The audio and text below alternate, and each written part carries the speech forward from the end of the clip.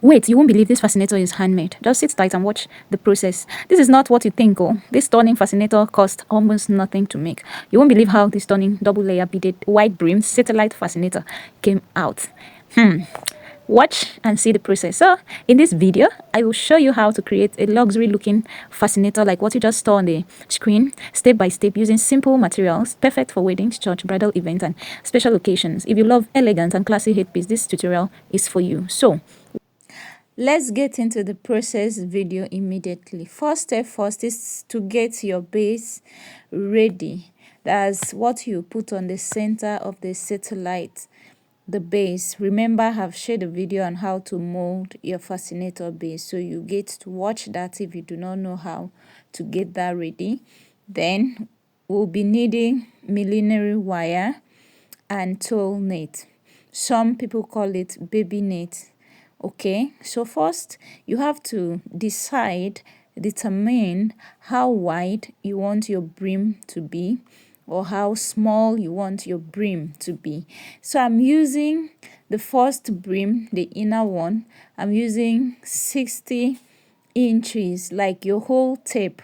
That is what I'm using. While the second layer, the upper one, will be 40 inches.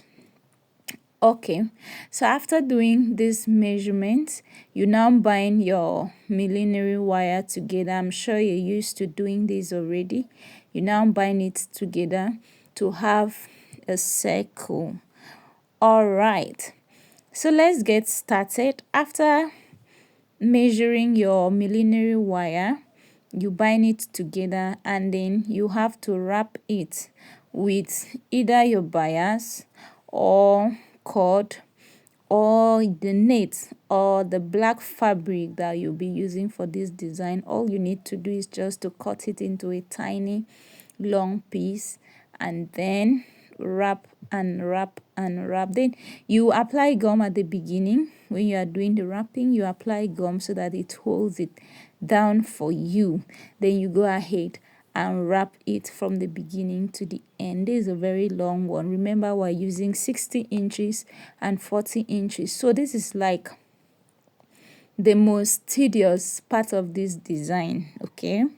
Aside from the beading, this is the most tedious work that you have to do in this design, after which you are done. Like the other ones are just a walk over. So while you are piping your wire, you have to apply gum at the beginning to secure it, and then you have to wrap it firmly.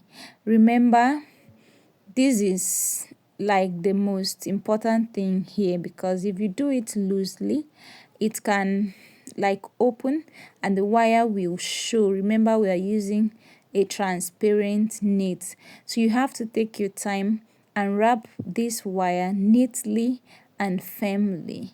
So let's continue wrapping. Now let me ask you a question. Have you subscribed to the Model TV? If you haven't, hit the subscription button now, and do well to turn on all notification so that you get notified whenever I upload a new video.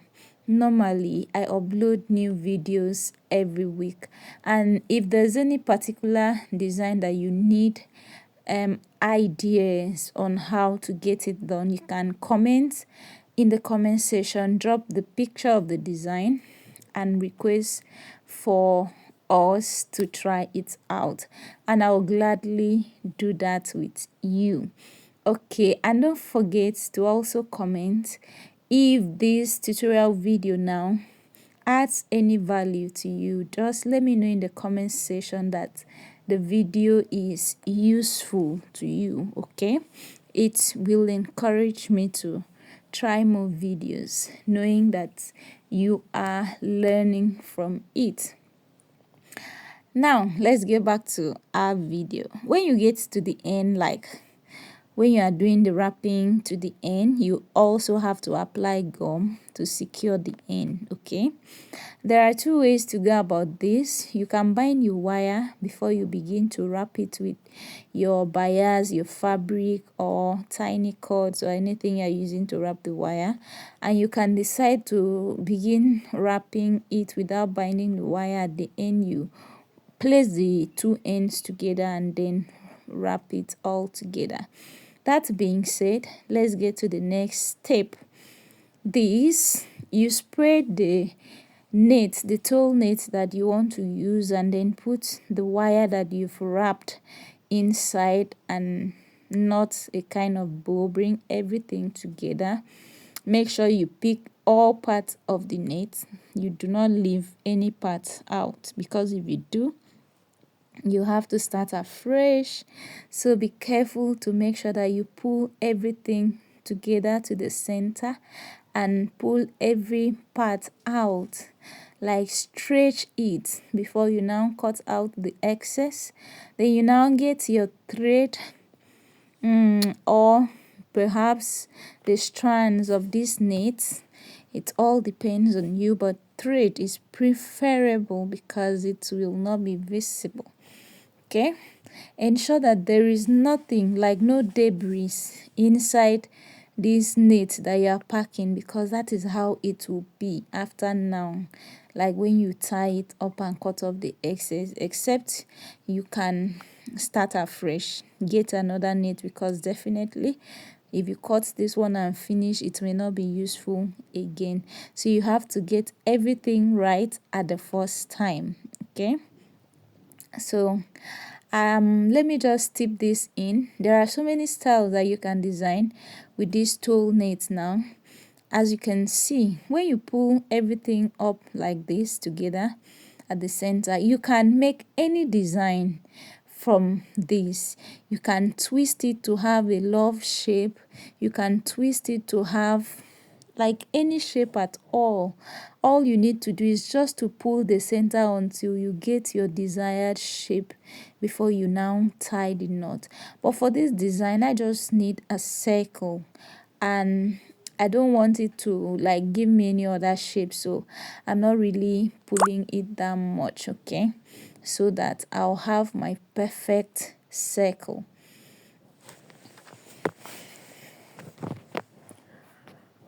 Alright, so let's cut this out.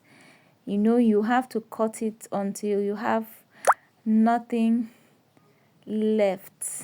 Okay, nothing left, like it will not show that you had done that bow kind of thing. Then you just reduce it to minimum. Okay, so we've gotten our first circle.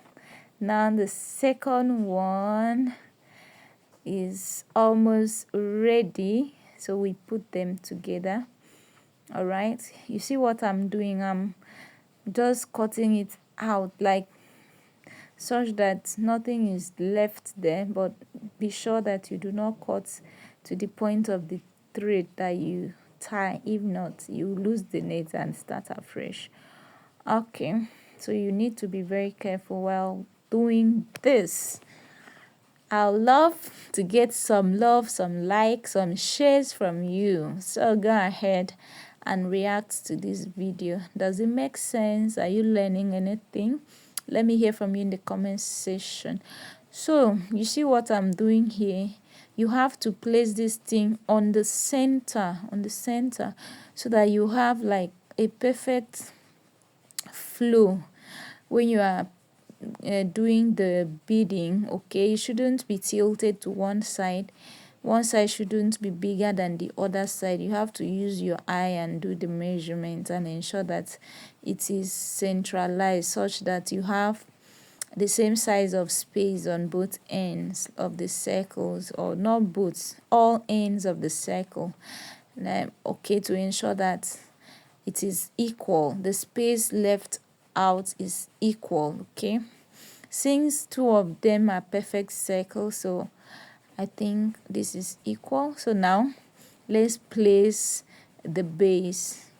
This molded base, you can buy a ready-made molded base in the market, or you can mold it on your own like I did mine.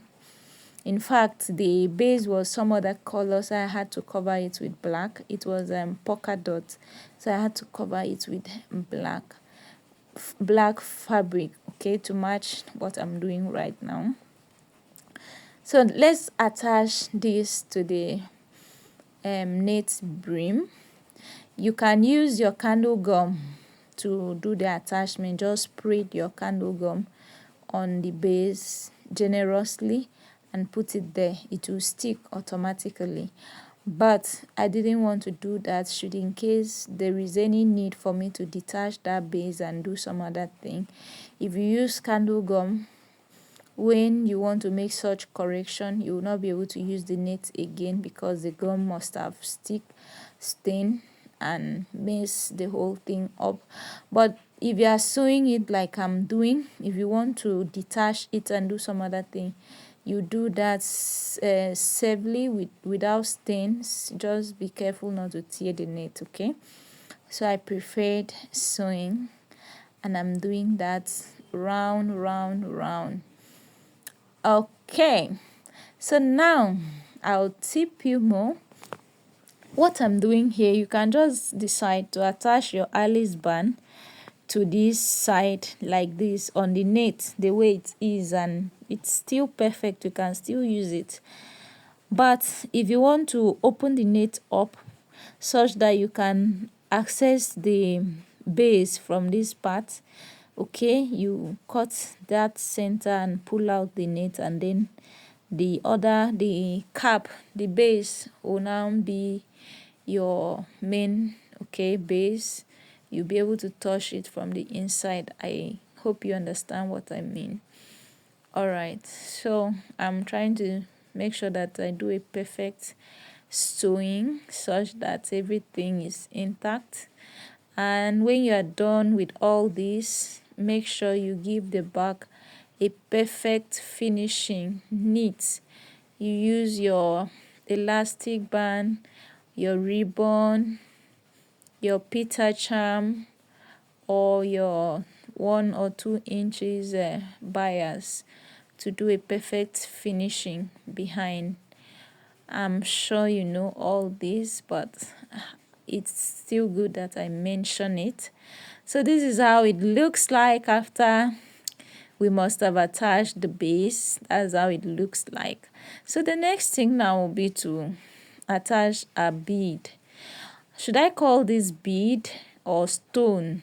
So I think it's better I call it stone because it's not a full bead. It's like one bead divided into two. The inside is flat, so all you need to do is just apply gum and put it up there. You can as well use bead. This is knit. You can use bead, use your needle and attach it. You still have the same outcome. So this is what I was trying to explain. You just cut the center out, the center of the knit. At the end of the day, you do your perfect finishing for the back, and everything will be concealed. It will be all black, okay? Just very plain. You fix your Alice band in there, and that's all. So now let's start the beading. This is the final stage of this tutorial. So if you've watched it up to this point, it means you enjoyed the video or the video is adding value.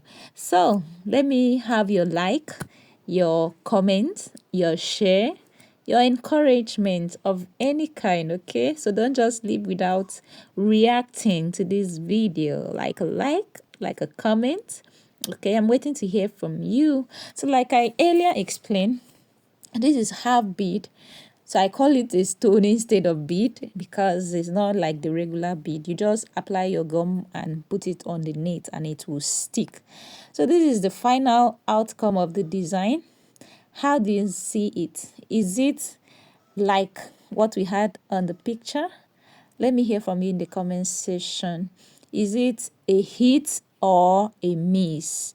Comment a hit or you comment a miss. Let me know how far. Love you. And see you in my next video. Turn on all notification. Okay?